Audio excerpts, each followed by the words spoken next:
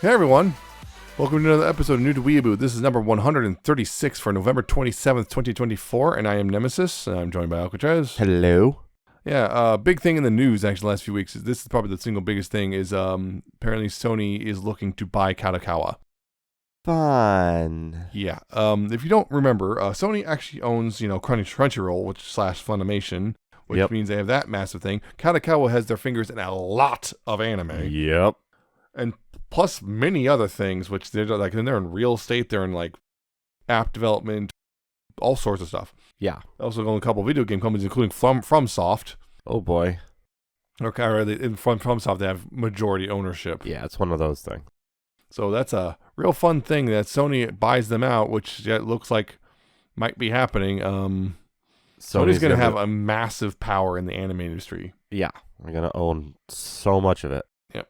And on top of that, I'm seeing apparently the reason this is possibly happening is because there was rumblings that a South Korean company was looking to buy it, and they do not want to be bought by a South Korean company, so they'd rather be bought by Sony. Yeah. So yeah, that's the major news of the last few weeks, and that's a little concerning that it might be happening. It is. And smaller thing, I guess, one thing I saw, which I'm very much interested in, the Yuri comedy, There's No Freaking Way I'll Be Your Lover, unless it's getting an anime next year. That's what's rumored, and now it's confirmed. Beyond that, yeah, I've just been trying to keep up with the stuff that we watch. I watched some of the stuff we watched for the last episode. I haven't caught up on all of it. I've been rather preoccupied. Yeah. But yeah, because I was able to catch up on the Villainous one. I was able to catch up on the Magicians, mostly on the Magicians one. I think I'm an episode behind now, and I have not watched any Ranma or Don since then. I've heard things about later Don stuff. Apparently, it was kind of fun and silly, and apparently it's got some pretty emotional parts. Oh, fun. That's what I've heard. Yeah. I've heard good things, all good things so far. Yeah, and of course, Love Live Superstar and Shangri-La Frontier as well. I'm a little bit worried about Villainous because I'm like, it feels like you've just been setting up. We just got to episode 8, and now you just finished. It feels like you just finished setting up. That's a little late in the game. Yeah. For what, 12 episodes? Yeah. Maybe 13? Yeah, unless it's going longer than that. Yeah. Yeah, I guess, they had a second time skip. Wow. Yeah. Yeah, that's not great. Yeah, so it's not bad yet, but I'm just like a little worried about, you don't have a lot of time, unless you are like a 20-something episode anime or something, and I didn't know that, you don't have a lot of time left to do anything. Yeah.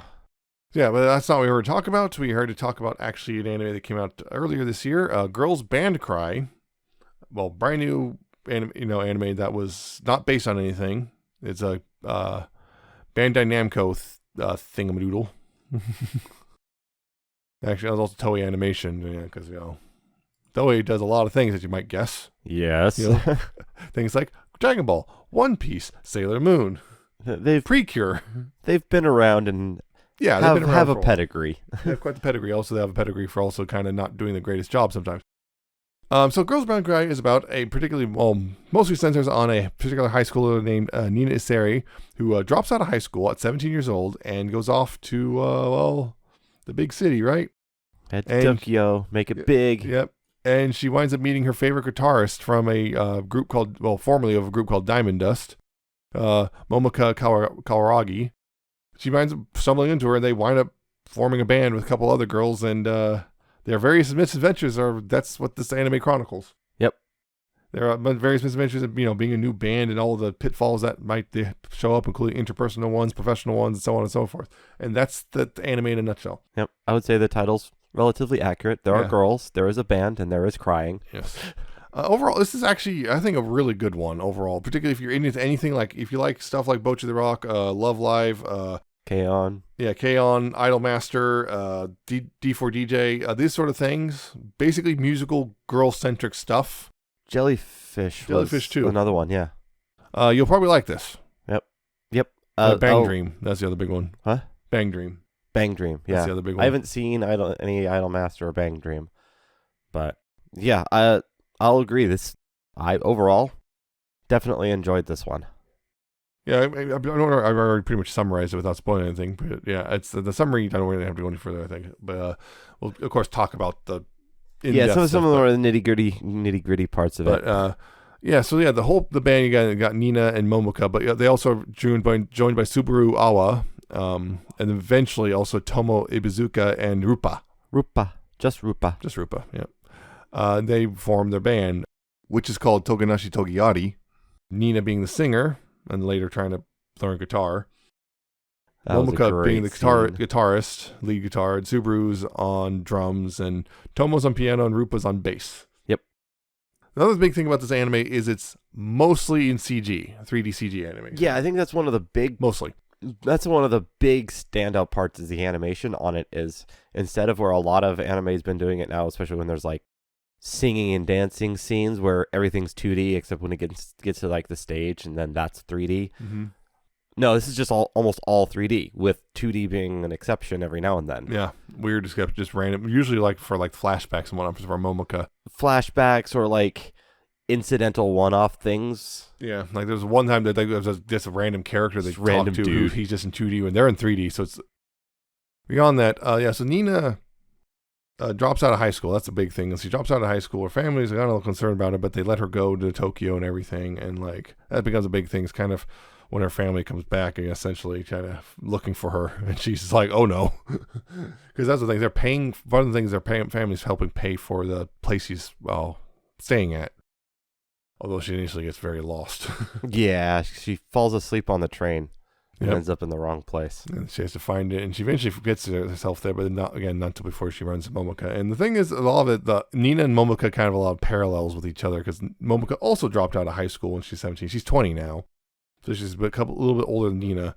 And there's a whole thing like, yeah, Momoka dropped out of high school, started the band Diamond Dust, and then she dropped out of that band because, as we find out from Momoka, that band is started down in the direction of we're going to conform ourselves to whatever the market wants, not what we want to do. Which Momoka doesn't want to do that. She wants to do the music she set out to play, not whatever's commercially viable. Yeah. And so she dropped out of that band, and they replaced her with someone else, which, well, we'll get into her a little bit later. But yeah, so Nina, at first she's kind of like dismissive of Nina, not surprising. Not surprising. Just some Some fan, random right? fan. But then Nina just kind of, I guess because Nina being Nina, kind of worms her way to Momoka, and well, Momoka's like, all right, you got me. I'll join, make a band with you. Yep. Nina being shocked because, oh my god, my idol's gonna make me band with me. One of the few times meeting your idols ends up well. Mostly. I mean, it ends up. I mean, mostly. Because, Momoko's got baggage. so all of them Yep. have baggage. That's a huge point of this whole anime is going through all of their baggage. Except for Rupa, kind of. She could have used more time. Yeah, Ruba has baggage that's not at all addressed. Yeah. We see it, and it's kind of, yeah, they missed that one. So yeah, Nina has to prove, she's trying to prove herself and to prove that she can do this, all this stuff. And also, I believe she was trying to study so she could basically do the Japanese equivalent of GED. Yeah. What, I She was can't going to remember. cram school, so. Yeah. Yeah. Basically, just so she could yes, I can be a functioning adult, honest. See, I took She a says, as she then shacks up with someone test. who's Shacks up with a dropout. Who's With a double functioning dropout. adult, question mark? Yeah. So Nina is very naive but also abrasive, which is a very potent combo. Because, like, she'll just say things and not really understand why she shouldn't be saying those things or why she's completely wrong, but she just will be very insistent that she's right because she's also very stubborn. She is very stubborn. As we find, yeah, she's very insistent on doing things a very specific way, which kind of makes me a lot of butt heads very frequently with everyone else, particularly Momoka, but everyone else in the band as well, because, yeah, Momoka's also, yeah, we see that parallel. Momoka can also be somewhat abrasive and stubborn, but she's also got a little more experience compared to Nina, so she's has a little bit more knowledge, so that, she's able to go, Nina, that's stupid, and I can tell you exactly why that's stupid.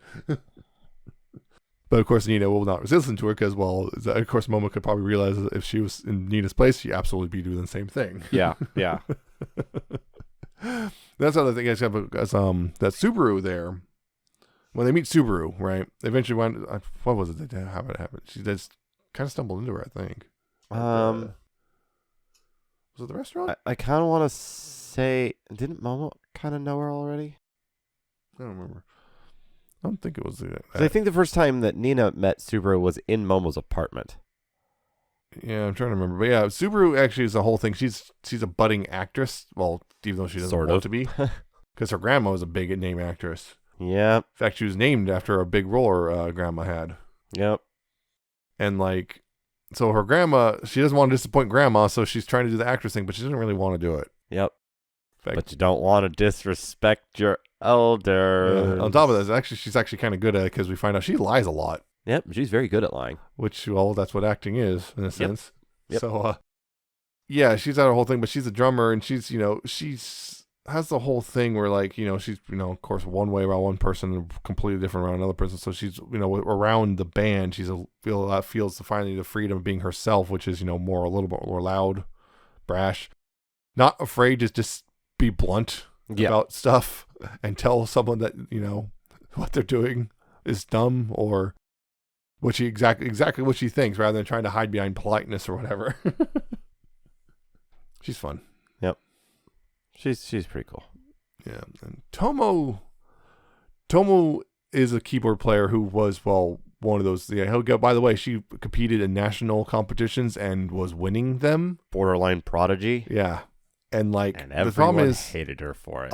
yeah, she's a perfectionist and her desire to be good really drove a lot of people away. Because she had no tact. Yeah, no tact, plus, like, she was just basically holding everyone else to the same standard she was holding herself to, and surprise, that didn't work out very well because her standards for herself were incredibly high, and everyone else, I'm just here to have fun. Yeah, that sounds familiar. So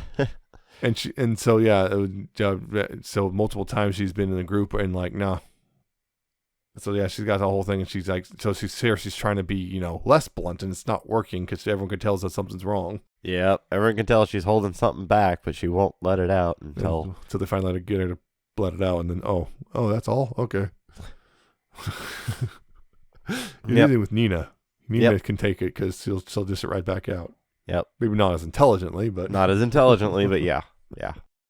And then you got Rupa, who is again the bassist. She tends to be the most laid back of them, kind of the mediator whenever there's problems. I think is also like legal sort of guardian of Tomo now. Yeah, they never explained that one, but they showed it real quick. Yeah, because we got the little thing with Rupa, which is her baggage seems to be, her parents died. Yep. And then they don't really say anything about that. We see that her parents died. We see that it does still bother her, but she's bottling it up. And we never get resolution for it. And also, yeah, one of those things where it's like, it's heavily implied she drinks a lot because of this. Because she can drink basically even she's Momo an under the alcoholic. table. Yeah. Momoka's a bit of a lightweight, still insists on drinking, and then of course she gets also Momoka's competitive, so she'll try to outdrink Rupa and then very quickly fail. Very quickly fail. Yeah. There's some implication. I would say that looking at there's some implication Rupa might be an alcoholic who's dealing with the not dealing with it. Yeah, dealing with her parents' death by just drowning it in booze. Yeah. But yeah, again, they don't really get into that. Yeah, that's one of my downsides about this is that Rupa just glossed over. She needed some time. Rupa got glossed over. Yep. Yeah, so one of the big things that Momoka's part of her baggage, again, Diamond Dust, which is her former group, and Nina wants to beat them, essentially. That's one of the things. Nina's very headstrong about, we need to beat Diamond Dust because, they're your old group. We got to beat them. And Momoka's also got her thing like, I'm not sure about all this because at one point, Momoko, multiple points, Momoka's kind of doubting this whole new band thing, even to the point where she also announced she's going to quit. Yep. Because, she doesn't want to go through it again. Go through the pain again. And that leads to some things. Yeah, Momoko's deflecting. Yep. Nina's seeking to prove. That's her whole thing. She's prove herself to her parents. Momoko dropped out of her old band for whatever, so now she has to prove that Momoko was right and that Diamond Dust was wrong, so now we have to beat Diamond Dust to prove it. Subaru's got to escape from what her expectations. Tomo's trying to fit in. Yeah. Rupa's... We don't know because they don't explain it. Yeah.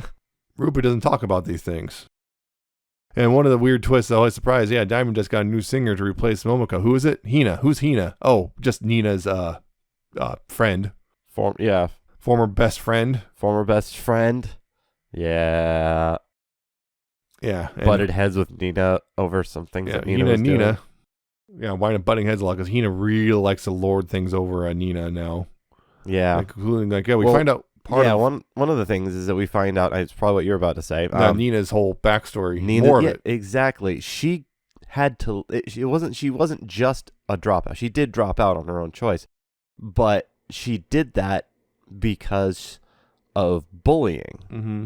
She was getting bullied because she stood up for someone else against Hina's recommendation. Yeah, he was like, don't get involved. Yeah, don't get involved. It'll land on you. She got involved. It landed on her. And even the person that was getting bullied that she saved from the bullying started bullying her just to avoid getting bullied again themselves. Yep. Fun times. So that's why Nina dropped out, because it was like, because the school just wanted to shove it under the rug. Yep.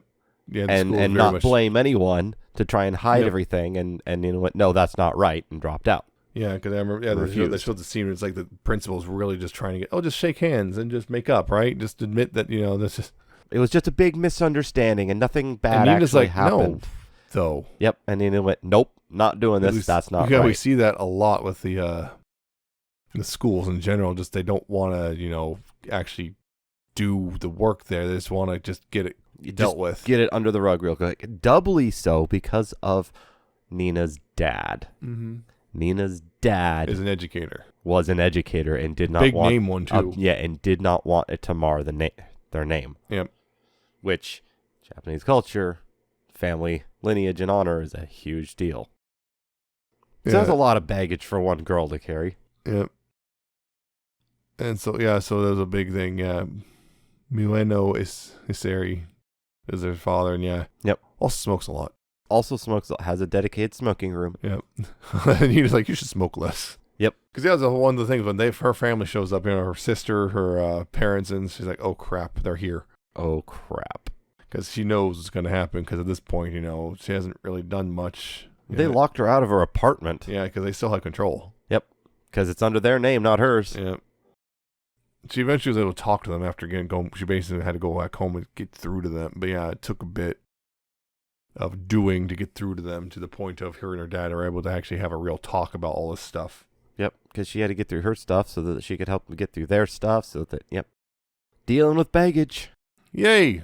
Yep, that's what a lot of this entire thing is about, which is I wish they got to Rupa, because you based your whole show around dealing with baggage and you missed one. Yeah, that's the thing. So another thing is Nina and Super are both 17. Momoka's 20. Rupa's 22, and Tomo is 16. Yep. Which kind of threw a wrench in a lot of people's plans, because people saw Tomo and Rupa. I gotta ship them. Gotta ship them. There's 6 years difference between them. Yep. Nope. I think Rupa is a legal guardian, because they showed paperwork. They live in an apartment together. Yeah, but because Tomo's a minor. Yep. There has to be something there. So. Tomo also a snake. Also a snake. Who Momoka's terrified of. Yep. Super took a liking to the snake, though. Yep. Yeah, and there's also other thing. What's interesting is the one thing that's interesting is the ending. They have their whole thing. They actually get signed to a label and everything, and everything's going to go great. And they set up this whole thing. They do their some performances at a festival and whatnot at the side stage. But they get this whole thing where we got to prove, again, due to Nina, got to prove that we are good enough to stand toe to toe with Diamond Dust and then beat them, right? And they have that whole competition, and Diamond Dust kicks their butt. Yep. Because unfortunately, it's not always about how good you are. Because they released, one of the things, they released a song and everything, and Momoka wrote, and the song just wasn't doing that great. Even though everyone who heard it, listened to it, was like, this is an amazing song. Yeah, Momoka's, that's part of the thing, was Momoka's like, oh, this is all my fault. It's my fault because no one likes I did a bad song, and that's the problem. Yeah, but it was so good, even the sound engineers went, I don't normally do this. I try to stay neutral, but you guys have something really good here. Yep. It's one of those songs that's going to destined to just not be discovered till 5 years later, and then all of a sudden you blow up. Yeah, well, it's also, again, there's a whole thing here with musicians and bands. Doing what you want is not always going to get you big. Yeah. That's kind of the whole point. That's the whole point. The other band is doing pop music. Yeah. There's a reason they call it that. It's popular. It's easy to enjoy. It fits the thing. That's going to be hard to beat if all you're looking at is numbers and viewership and money.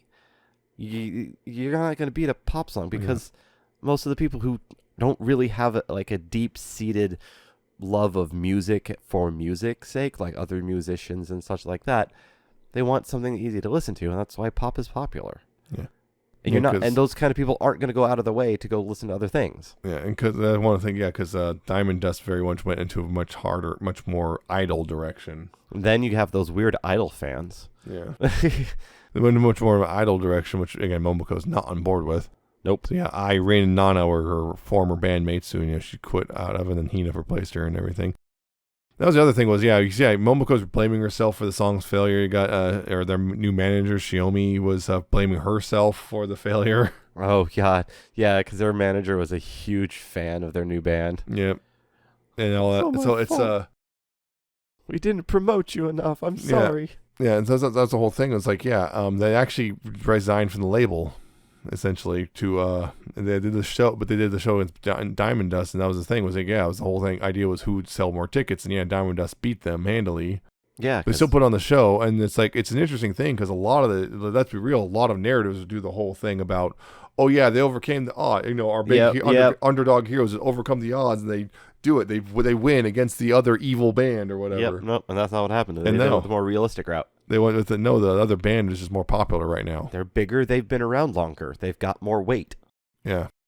Which means they have a lot of fans who are going to hate everyone else simply because they aren't Diamond Dust. And also, Diamond Dust isn't evil.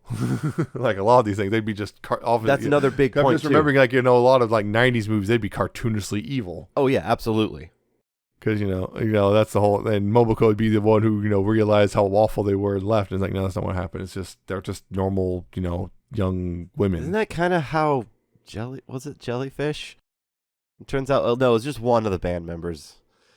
was being straight up evil, and that's why she punched her in the face. Is that Jellyfish? Yeah, that was Jellyfish.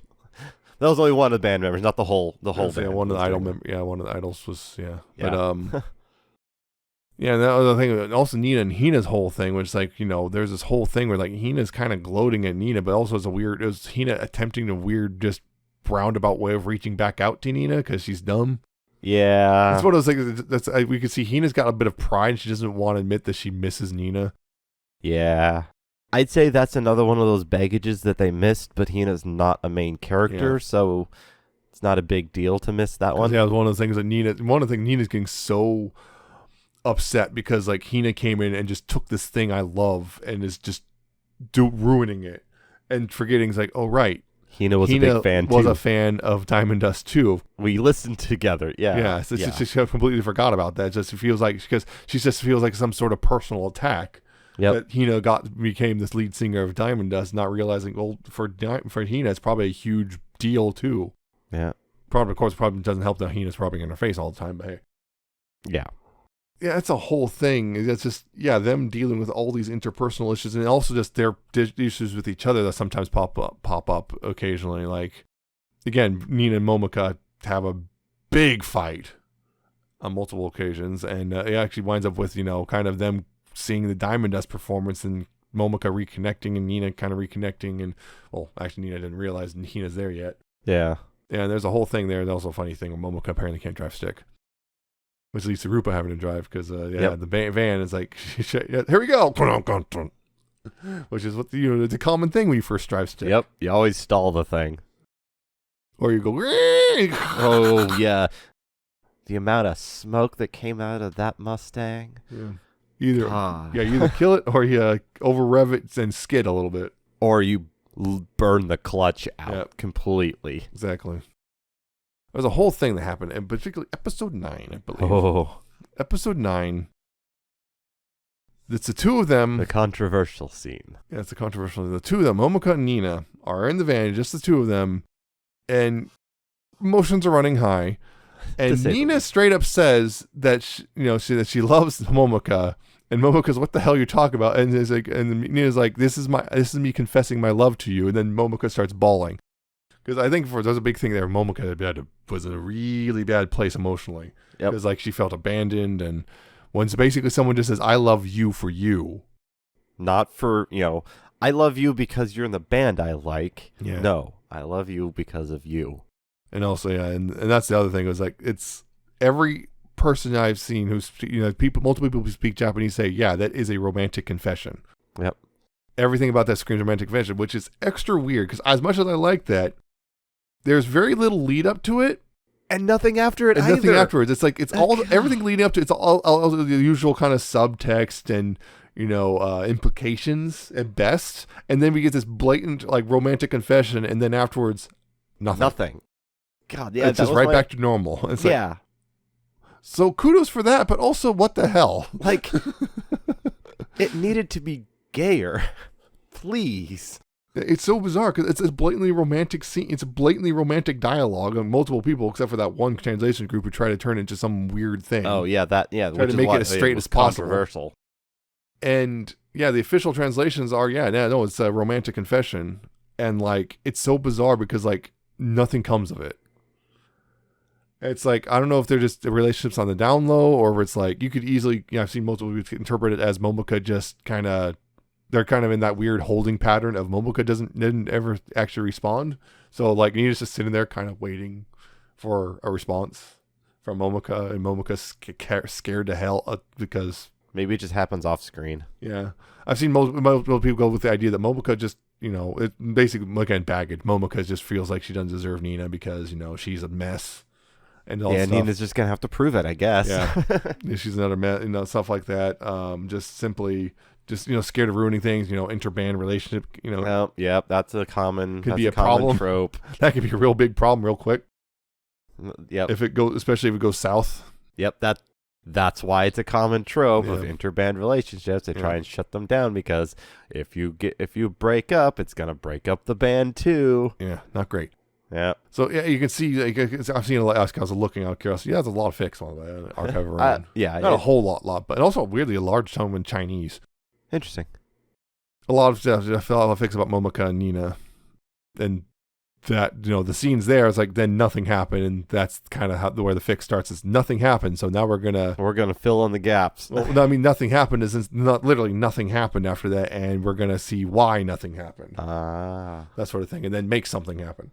Right. Because interesting enough, before that confession scene, a lot of people were on board the Nina Subaru train. Interesting. Yeah, they do have a good chemistry. Again, they're also you don't have to worry that you don't have to freak out, having them freaking out. But she's 20 and she's 17. Yeah. Which I'm like, at that age, it's not really relevant. Yeah. That's a three-year age gap at that age. Whatever. I don't know what Japan has on Romeo and Juliet laws, but regardless, it's one of those things where it's like I feel that a 3-year age gap at that age is really not that big of a deal. It's not that big a deal. It's on versus Rupa and Tomo. There is a big deal there. It's a bit more there, but I don't yeah.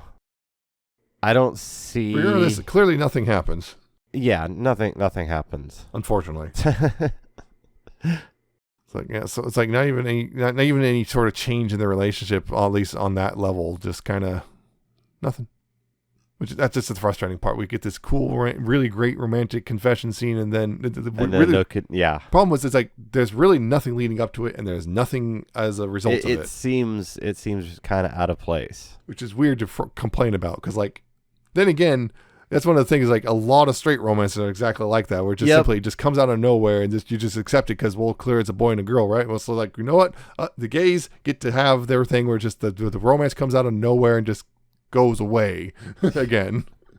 If the straights can have it, so can the gays, right? Yes, exactly. The straights can have their mediocre romance and so can the gays. We should have more, like, bury your straights tropes. Or straight baiting. Or straight baiting. That's very rare, but it does happen. Yeah. And it's really funny when it does. Hilarious. Because they don't know how to handle that. But yeah, as a whole, again, one of the things I want to say, we talked about a little bit, but the CG animation is actually really, really good looking in general. It's like a lot, because that's the problem. A lot of people would go and have the whole idea, CG, it's going to be real stiff and cheap looking. No. And this is actually pretty fluid and looks really good. They have, and then recently a lot of anime figured out, oh, you don't have to render at 12 FPS. Oh, yeah, we can also actually add real expressiveness to the faces and whatnot, and it'll look good. Yeah. And this looks good. Yep. This is not, I don't want to say, this not looks good for CG. It looks good in general. Yeah. Like, I was just thinking about, like, yeah, I mentioned earlier, I've been watching Love Live Superstar.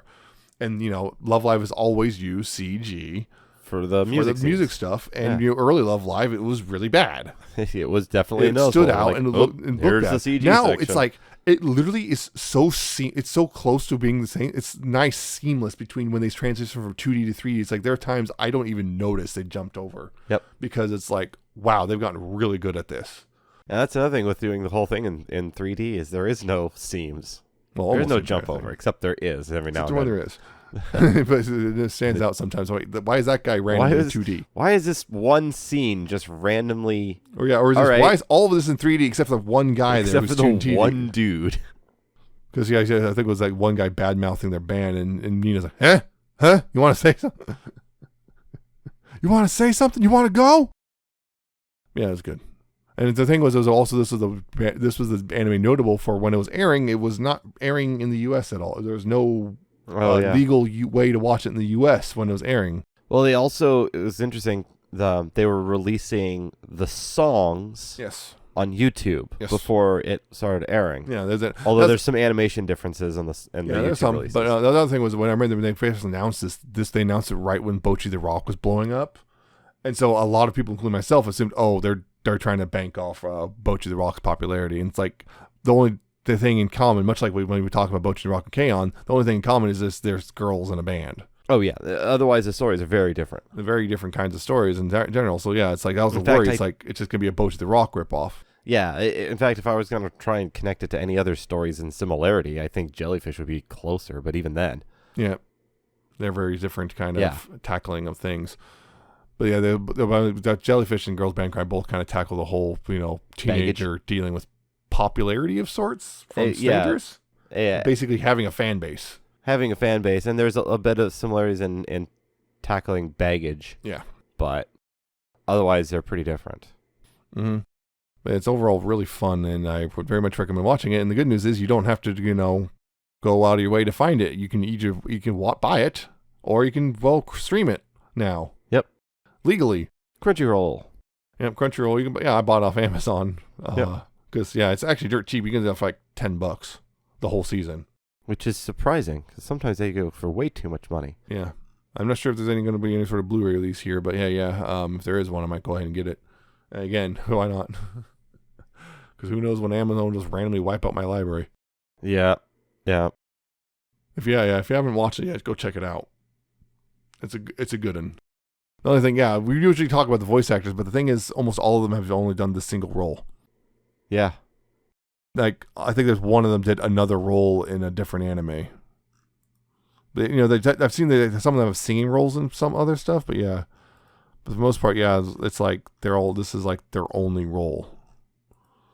And they also go in by singular names and stuff, Some of them, like, I've seen a couple of them, like, they've had other roles, but, like, all the main characters are, just this is their only role. But, I got stuff, all the side characters, you got stuff they got done. Like, I've seen stuff for, the Diamond Dust Girls, they all have roles in other things. Yeah. A few here and there. One of them's done a lot. Oh, hey, I know that in face. That's from Isaacin. Yeah, pretty much all of Diamond Dust have had other roles in other things. Because I'm just actually seeing names here that's like, hey, look, full names and everything. Yeah, like the VA for Hina. Yep. It's got a lot. Mm-hmm. Akiba Maid. War. Akima Maid. Yuki Yuna. Akiba Maid. Yeah. Big names. Oh, there she is in Love Life. Yeah, so, I guess that's it for this one. Yep. If you did like what you heard, you can listen to more on newtoweeaboo.libsyn.com. So that's spelled Libsyn. If you want to, check out the RSS feed, you could also subscribe to us via other methods, including Apple Podcasts, Spotify, YouTube, and Amazon Podcasts. You can search for New to Weeaboo in any of those and just subscribe that way if you'd like. If you want to contact us, you can do so via email, newtoweeaboo@gmail.com. If you have any questions or anime recommendations or whatever things, or maybe, feedback about this particular anime. And of course, you can also follow us on various social media. You can find it all listed at newtoweeaboo.libsyn.com/contact if you want to find any of those things. I'm not sure how much longer we're going to have that Twitter around, considering, Twitter is kind of the Titanic right now. Yep. Thank God it's finally ending. Blue Sky's finally blowing up, which it deserves. Hey, look, it's like, remember when Twitter was good? Twitter used to be good? I'm about to say. Must have been before you joined. Yeah, so that's all for this one. Join us next time. It'll be December. And next time we shall be talking about school days. Oh, no. I'm scared. So we'll see you then. Yeah, so have your if you're American, have your good old Thanksgiving times and all that stuff, and try not to throttle your uncle or whatever. I pity a lot of people's It's going to be a fun day. It's going to be a fun one this year. Good luck, everyone. We'll get through this somehow. We'll do it. We'll do it somehow. Goodbye. See ya.